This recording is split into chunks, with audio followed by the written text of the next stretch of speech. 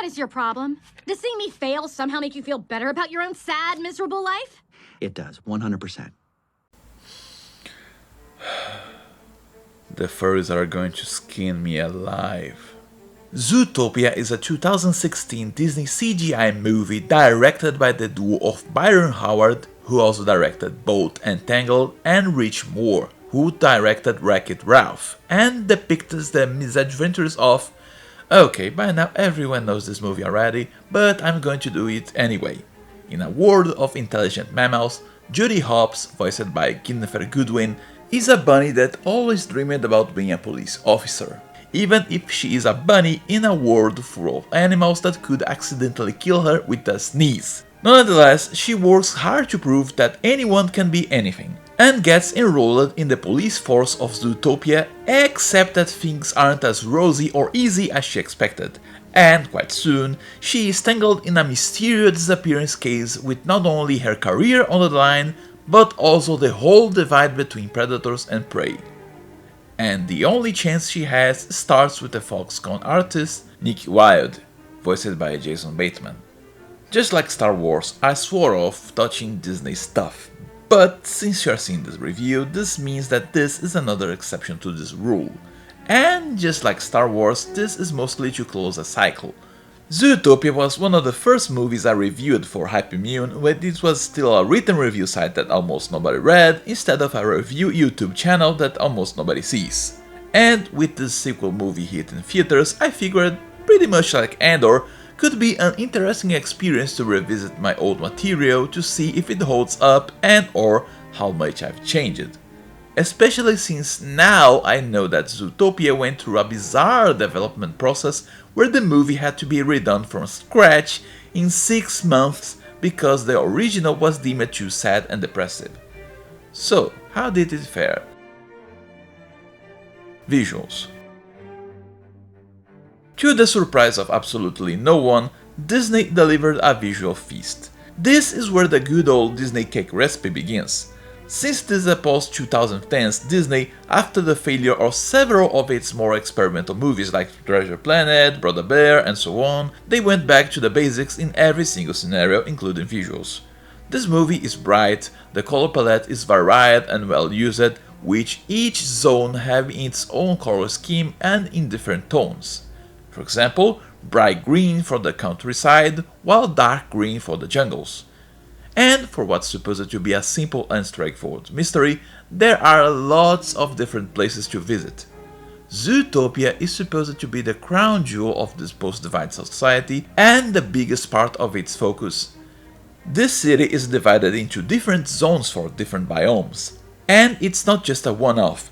You see technology adapted for several kinds of different creatures all around, which helps into making the scenario feel alive. From farms to different urban settings, cities covered in eternal snow, rainy forests and ancient abandoned structures akin to a castle, and each one has a different design and tone, showing a surprising amount of world building of a city meant for several different creatures. Technology is also ingrained into the world building. From earbuds meant for bunnies instead of human headphones, cars with adjustable seats, tunnels for rodents, which again makes the city feel as if it's alive and different from our own, but not too much. Characters are also simple and straightforward. Judy is a grey bunny of purple eyes, who wears blue, contrasting with Nick, who is a red fox that wears green and white.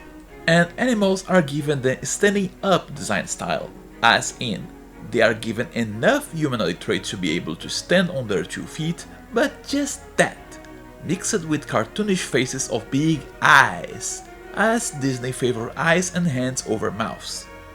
Most models are absurdly detailed, so you can see strands of fur when there is a face zoom, but their dress choice and overall design is simple enough that it won't be a nightmare to animate. And as expected from a main Disney movie of the time, animation is absurdly smooth.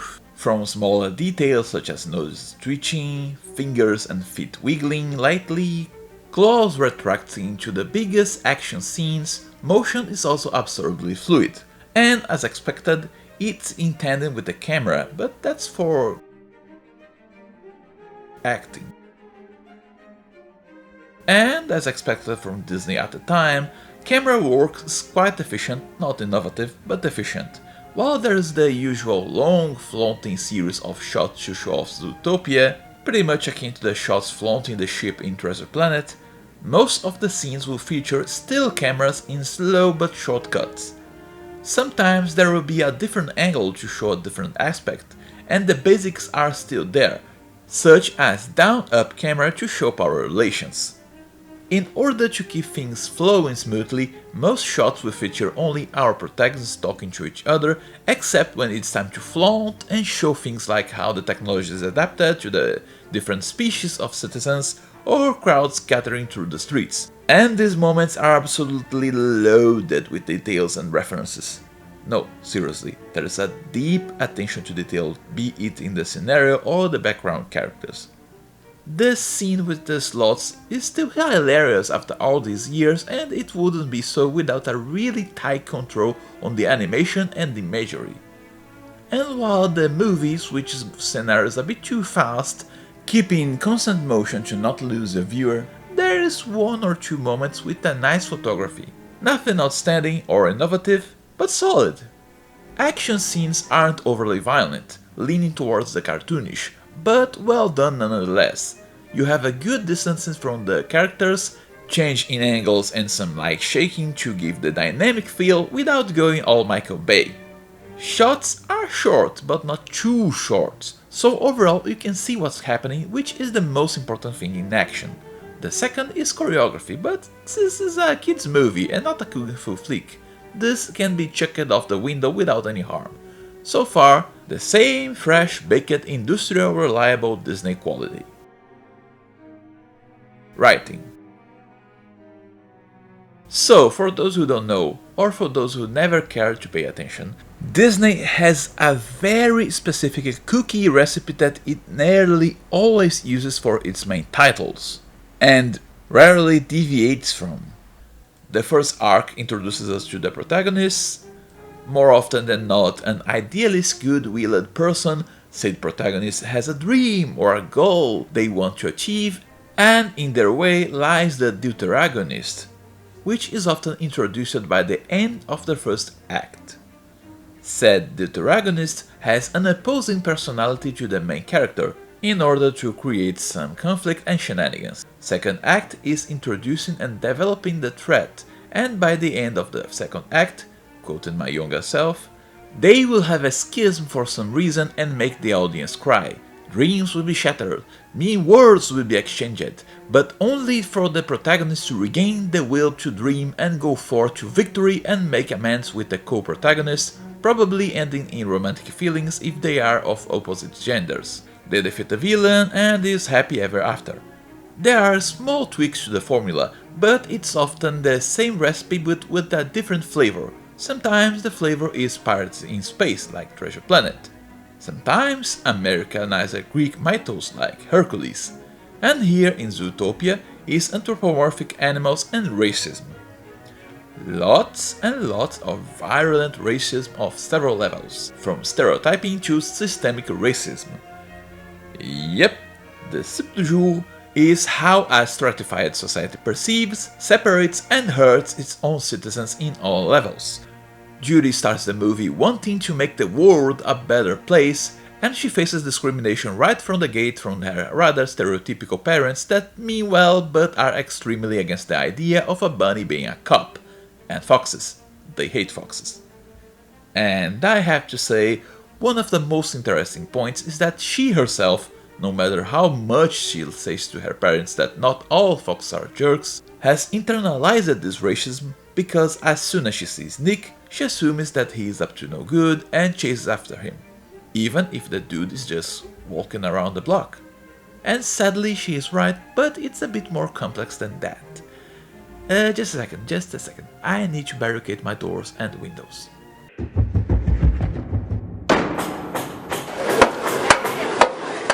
Okay, before I can proceed, I have to talk about the movie's biggest problem by a long shot. Nearly every single character is a New York grade selfish asshole. I mean it. Of all the cast, I counted 3 characters that aren't assholes, and I'm in doubt about one of them.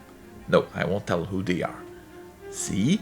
When I first watched this movie, I felt that there was something weird about the overall characterization, with Judy's parents being stereotypical southern farmers in a way that most other Disney movies would have toned it down.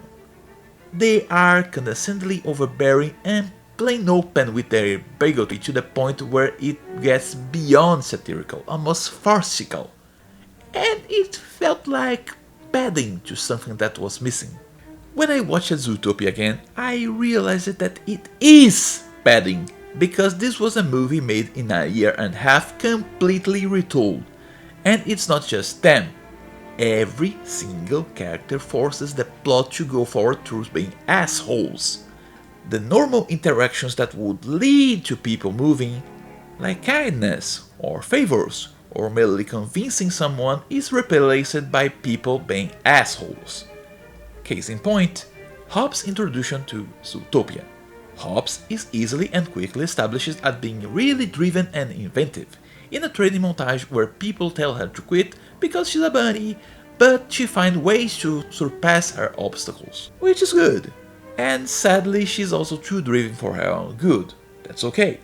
So, she gets to the Zootopia PD, and as soon as she appears, Chief Bogo starts being a gigantic asshole against her because he doesn't care. To kick the plot forth, he assigns her to a meter duty, and just says that it's because the mayor pushed Judy towards him, instead of explaining to her that every single officer starts in that low position to learn about the city's layout. And Judy is too much of a self-centered, high-expectation firecracker driven for her own good, jumping to the conclusions and nearly getting herself fired because she now wants something else. Now she has 48 hours, yeah, like the movie with Nick Nolte and Eddie Murphy, to find an author. Except that both sides had points, yes, but also both sides were immense assholes to each other, resulting in me liking neither. In fact, I hate Bogo. He's an incompetent jerk, and after a specific moment in the movie, or maybe any aggressive predator looks savage to you, Jesus rabbits. Christ. You think I'm gonna believe a fox? Jesus Christ. I counted this jackass as a full antagonist. Here's the thing. Zootopia is chock full of investigation movie cliches and they are okay on their own, but for some reason here, to make them work, everyone gets 5 extra degrees of jerk. Bogo goes way beyond the usual thick-hide thief that serves as a speed bump for the protagonists, hindering Judy's investigation out of petty racism. In any movie with a bad characterization, Bogo could, for example, be desperate enough to find the missing animals that he resorts to Judy, thinking that she may have a different point of view, even if he doesn't like her. And or Judy could try to convince him to give her a chance instead of brazenly jumping into a nearly suicidal situation. And then we add Nick to the equation. He has a reason why he acts like he does, yes, but this doesn't change that he is as equally antagonistic and sometimes even worse than Bogo. While he does offer information for Judy, every step of the way he acts as a condescending jaded bastard, which pushes Judy into being an equally big condescending bastard to him so the plot may move along, which leads to no, they don't have a good chemistry. They have the opposite of a chemistry, volatility, I don't know. A good chemistry between characters means that they bounce on one another, bringing the best in each other, even if they are at odds. Here, Nick and Judy actively make each other worse. He keeps rubbing on her face how she is just a bunny and she should quit, which then leads Judy to get more and more bitchy back, using stereotypes against him. This makes their interactions slow as molasses because they constantly bicker, and when they finally make amends, it feels like an unearned 180 because this is way too sudden. Sure, she saves his life and he helps her keep her badge, but this should have happened way earlier in order to be a point where both realize they were jerks and thus make an effort to clean the slate, not nearly at the end of the second act. And this is the thing that keeps repeating itself ad nauseum through this movie. You don't need to have everyone being a jerk. but the writers used this as a cover to not have to delve into or flesh out the thicker issues, making everything worse in the process. It results in most of the main characters being borderline unlikable, in an unlikable system filled with unlikable people. Unlikable people having good points all around, so I don't know where to fire. Could have developed into an interesting critique of the systemic racism and how an oppressive asshole society will turn even the most good-willing people into assholes as well. But Disney, they wouldn't have the guts to go this far. Hell, I'm amazed that this caliber of criticism was green-lighted anyway. Speaking of, while my barricades are holding the furries at bay, this is a good point to switch to the good side of the movie. While Zootopia has to follow the cookie cutter recipe, it made the overall plot fit well within its boundaries. The pacing is good and brisk. You have the clear acts that transition seamlessly. There are the usual contrivances and coincidences to finish the plot, but that's on par with the course. And sadly, the ending is a bit rushed, not letting the villain breathe, but again, that's on par with Disney. But still, what sells this movie is the exploration of racism, and like I said before, it was done quite well and fits nicely into the cookie recipe. Could have gone deeper, but this is a movie for kids. It was good enough that they passed the Disney censors in order to show the racism isn't a stereotypical monster easy to spot. It's subtle. It can be ingrained in all little actions or behavior without you noticing, and how easy it is for people to fall prey, pun intended, to mass panic. Even with such heavy subject, the tone is kept light, with a good balance between the more serious moments and an immense non-stop hurricane of puns. Oh my god! What? What? The velvety pipes of Jerry Vole! I like those. They are creative, and I especially like the more daring reference like The Godfather or Breaking Bad. While the characterization felt like pulling teeth sometimes, the dynamics between Judy and Nick are clear and balanced. Judy is the physically and procedurally trained of the duo, thus being action-oriented and more active in putting the piece of the puzzle together. But it's clear why she needs Nick, who is the more streetwise, coming up with the contacts and giving Judy the info she needs, knowing where to go, and a good character dynamic is easy to sour, even for Disney, especially for Disney movies. But luckily, this didn't happen here. I sadly can't speak much about the second point that I liked most because it's a huge spoiler, but it regards Judy's evolution as a character and how the usual cookie cutter recipe deals with her. All I can say is that it's something absolutely rare to see in Disney movies and reinforces her as a character. So it's a 50-50. It's not that the story was overhyped, much on the contrary. It does deliver what everyone screams about. It's that there is a nasty side that went buried within the joy. A nasty side that the movie could have done without. Soundtrack.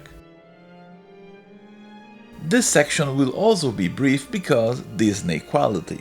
The main instruments used on the cartoon soundtrack, such as trumpets, are here, and the themes are flexible enough to go through several zones of the city, synergizing well with the action that is happening on screen, the moods of the characters and so on, but it's nothing I'd put on my music list. Shakira's theme does hit well with the whole presentation of Zootopia because it's Shakira and she still has a good set of pipes. Speaking of Shakira, there are absolutely no complaints whatsoever in the voice acting side of the movie. Like I said in my Treasure Planet review, Disney is a master in whipping up celebrities into top shape for voice acting, and Zootopia is no exception. You have an all-star cast with Idris Elba and J.K. Simmons giving life to characters that, even if I despised some, I nonetheless enjoyed the voice acting. When they aren't bickering, Judy and Nick do have a good rapport, fleshed out by Bateman and Goodwin's nice acting. Goodwin does have her moment to shine in the second half of the movie, and she owns it very, very well in a tearful confession. That is, without a doubt, one of the highest points of the movie. Miscellanea. Turns out, up to a certain point, this movie was about Nick as the protagonist in a society that leashes predators with shock collars that trigger whenever they are too excited. A heartbreaking moment within this version was that a young polar bear receives in his birthday his first color and has his first accidental shock. Judy seems to have been in a more antagonizing role going after Nick, who uses legal loopholes to make a park where predators could roam free without their leashes. While it's absurdly clear why this movie was scrapped, after all it's too heavy for kids, I'm still salty because it was a good idea even if brutal, and nothing was stopping Disney from doing a straight to Blu-ray at the time. The movie was well underway with several scenes already filmed, and it's not like the media giant couldn't spare some dough to finish it. Final thoughts.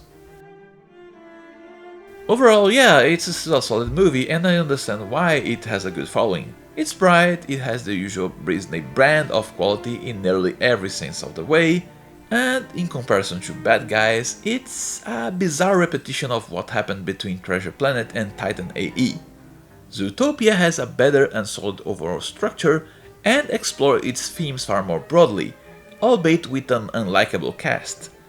But The Bad Guys has character dynamics that are leagues ahead, albeit at the price of a messy final act and muffled themes.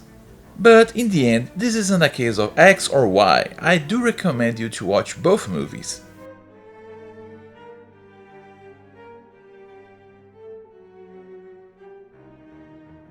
Spoilers. Okay, so at the end of the second act, Judy and Nick are being chased by a crazy panther. Judy saves Nick, the police arrives, the panther is gone, Bogo arrives, tries to get Judy to quit, only to be stopped by Nick. Nick and Judy share their feelings and are a-okay. The wash the bad blood under the bridge generally is done to reset the characters to a point zero, not make them insta-buddies. And even if Nick opened it up and told Judy of all his experiences and past trauma, it still feels like a sudden neck-breaking shift. Could have been done with some tweaks after Mr. Big nearly kills them both, with Judy realizing that she's a bit too hot-headed and needs to get out of her high horse, and Nick realizing that she really does mean well and shouldn't be helped, etc. Now, the last leg of the movie sadly has a lot of contrivances cranking up to 11, but it's still not reaching the bad guys level. Judy and Nick find the place where the villains are making the potions that make animals go crazy, and instead of just recording the place, Judy tries to seal the whole lab, which ends blowing up and nearly all the evidence burns, showing that she didn't learn anything about making hasty decisions. Bellwether sort of comes out from the left field and her villainous appearances is too short, with the police showing out of nowhere without a specific reason to arrest her. And as usual with this movie, the mayor does have valid reasons for hiding the crazy animals and not trusting Bogo, because Bogo is a racist asshole, but he's also a huge jerk to Bellwether, who in turn is a prey supremacist. Again, jerks all around. Now for something better, yeah, you could say that the shrew marriage was a waste of time, but to me it was still hilarious. And I'll finish this review with what I liked most about this movie, again paraphrasing my younger self. One of the greatest strengths in life is to not only learn from your mistakes, but to admit them in the first place. And Judy does exactly that. Not immediately after being called out, but rather she mulls on it. She thinks about what she did in her quest to be what she wanted to be, bringing ruin to an entire carefully balanced system. Seeking to be a good cop, she jumped into the case that wasn't hers, and without looking at all the evidence and speaking what she thought it was the truth, she brought harm to an entire slice of the population. And she openly admits it, crying to Nick, asking for his forgiveness. This delivery is really good and cements Guinevere Goodwin as the star of the show. And I may be wrong, but Zootopia seems to be the first Disney movie where a heroine makes a mistake of such level and regrets it with such intensity, also asking for forgiveness with equal measure. It's good to show that heroes aren't infallible, unstoppable machines, and that one can indeed try to step back, make amends, and try to make things better. It's a good lesson to teach everyone, at any time. Well, this is all for today, everyone. See you all next time with Zootopia 2. Oh shit, the first